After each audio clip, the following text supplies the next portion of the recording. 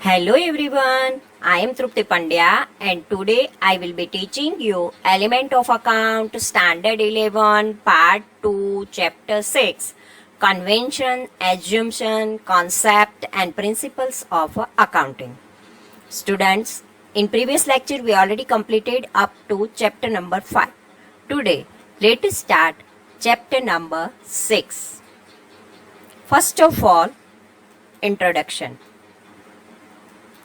Accounting is known as a language of a business, though it is equally important for non-business entities. Like every language has a certain rules of grammar. For better understanding of accounting, certain principles are used in accounting. We know that when we speak the language, there is a grammar's rules is there, and then only language speak confidently. So when we write the accounting at that time, for better understanding of accounting, there are some principles are there, and these principles are used in accounting. To ensure uniformity in accounting, certain accounting principles or concepts or conventions or postulates or assumptions are used while writing accounts and in preparing financial statement. When as a trader, when we prepare the financial statement at that time, some concepts are there, some principles are there, and some rules are there. Assumptions are there, postulates are there, and conventions are there. The terms principle, concepts, conventions, doctrine, postulate, and assumptions are sometimes used interchangeably. These accounting principles provide a theoretical and logical base to accounting. They are based on logic and hence to avoid divergent practices in writing account and in preparing financial statements. Accounts accept these principles for concepts which are framed after deliberations amongst the experts in this subject. As these principles are widely accepted and applied in practice by accountants, they are also known as Generally Accepted Accounting Principles or GAAPs, GAAPs, GAAPs. According to the American Institute of Certified Public Accountants, here Generally Accepted Accounting Principle means GAAP. Accounting to the American Institute of Certified Public Accountants, AICPA, principles of accounting are the general law or rule adopted or proposed as a guide to action, a settled ground or basis of conduct or practice. This is the define of accounting. Accounting principles are developed with a view to make users to financial statements understand them uniformly. There is no rigidity in these principles. They can become generally acceptable to all only if they are understood by those who write the accounts and users of accounting information in the same way, and are also practical and objective. If these principles are not uniformly understood, accepted and adopted by all, each accountant may use them according to his own perception and understanding. This can result into lack of uniformity and can distort the accounting information instead of such information becoming useful. Therefore, it is essential that these basic accounting principles or concepts or conventions should be understood well by all, as accounting gets its theoretical and logical base only on the strength of these principles. So accounting principles are very necessary to write the account. When we get this knowledge, then this theoretical and logical base is strength of this principle. Second, accounting principle, concepts and conventions. Different authors classify these accounting principles differently. However, without classifying them separately as the principles, concepts, conventions, doctrines, postulates, and assumptions. Some such concepts are given below. First is going concern, consistency, accrual, accounting entity, money measurement, periodicity, full disclosure, materiality, prudence, cost, dual aspect, matching cost with revenue, realization or revenue recognition, and verifiability and objectivity of evidence. Syllabus of a standard 11 covers only first 11 concept up to here dual aspect out of those listed above. However, for information of a student, brief discussion is included on other concepts also. Up to dual aspect, here our portion is there. First, going concern. What is the meaning of going concern concept? This is an important concept of accounting. When business is started, it is assumed that the same will continue for very long period in future. Going concern means our business continue for very long period in future. Therefore, it is called going concern concept. The following are some of the practices or illustrations based on this concept.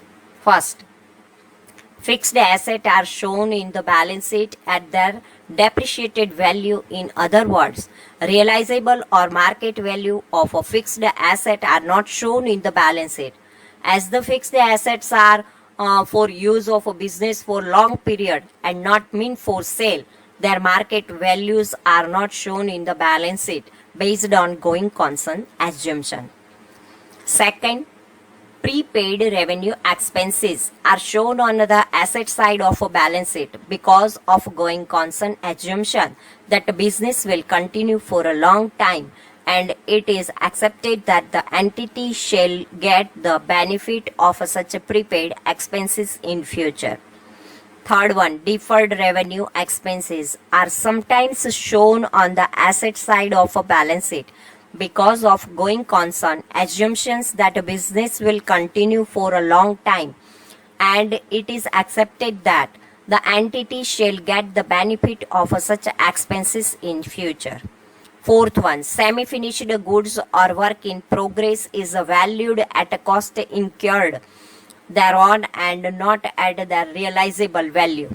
This is because of the going concern assumption. At any given moment, business enterprise may have some semi-finished goods in process. If the business is to be liquidated, today such a semi-finished goods may fetch very low value if it is sold as such, and it has to be valued at such a realizable value.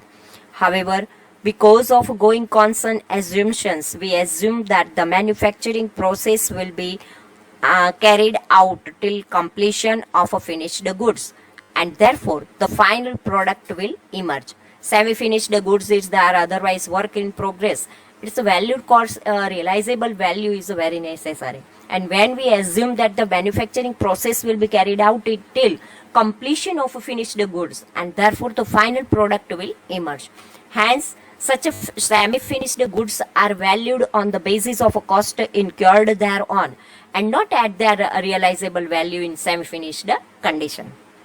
Fourth one, financial statements are prepared at the end of accounting period. We know that when 1 year is over, we prepare the financial statement. When the life of a business entity is of a very long period, on the basis of assumptions of a going concern, stakeholders or persons who have stake in this entity cannot wait to know what is the performance or position when it is closed down or liquidated. Hence, to get information about the profit or loss or about assets or liabilities at a reasonable interval, accounts are written regularly and periodical financial statements are prepared at the end of accounting period. This statement can also be associated with accounting period concept.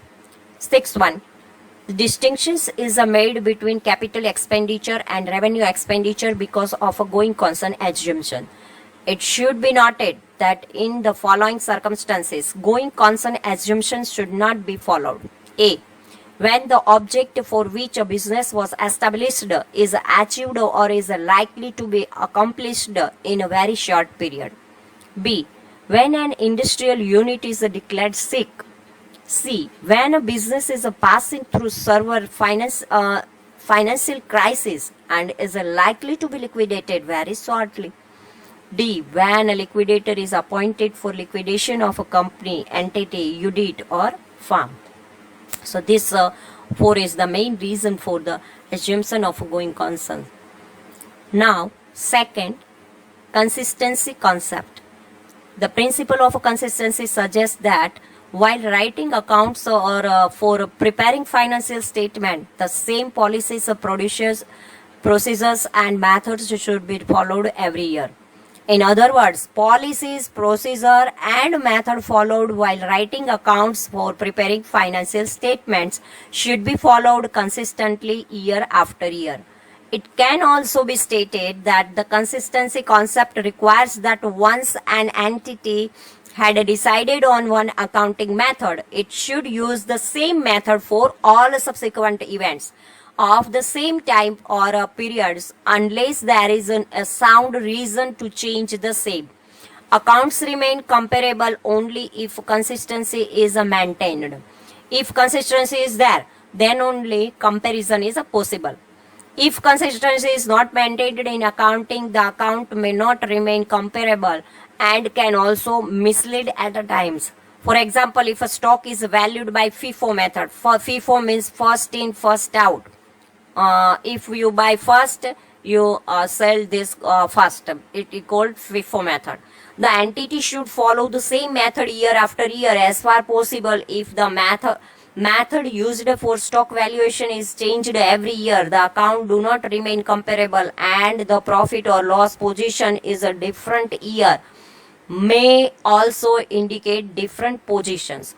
Consistency also requires that such a method should not be changed frequently unless there is a compelling reason to do so. It should be remembered that an accounting practice that is followed based on some accounting principle or concept consistently does not violate the principle of a consistency. For example, valuation of a stock at a cost or a market price, whichever is less. This will not be violate the principle of a consistency. Consistency concept refer to consistency over time, and it does not mean that the treatment of different categories of transactions must be consistent with one another. It only means that transactions in a given category must be treated consistently from one accounting period to the next one. For example, fixed assets are valued at a cost, whereas inventory or a stock in trade is valued at a cost or a market price, whichever is less. Here there is no violation of a principle of a consistency. In the consistency principle, personal bias can be avoided. The accountant has to follow consistently the same set of principles, practices, procedures, or methods every year. The logic behind the principle of consistency is that the user of a financial statement loses confidence in the accounts if frequently changes are made in the policies or practices based on personal whims and fancy of those preparing the same. The following are some of the practices or illustrations based on this concept. First one, if depreciation is provided by written down value method in a year, the same method should be followed consistently every year. The consistency in method of depreciation allows a reader of in a figure. For example, if a method is changed from a straight line to written down value method in the next year, the comparison of a profit or loss of 2 years would require analyzed to take into account the impact of a change in method of depreciation. However, if there is no change in method, the comparison of results of 2 years would be easier. Second, the method of a stock valuation should be followed consistently and it should not be changed frequently. This statement is based on principle of consistency, as it suggests that accounting practice should remain the same from one year to another. It is not proper to value stock in trade according to one method in one year and according to another method next year. It is not possible. So when we use one method constantly, we use same method for every year, because one year we use another method and second year we use another method, then comparability is not possible. So stock in trade, otherwise any for the stock, when we use the value, then it's stock in trade according to one method is necessary. Thank you very much.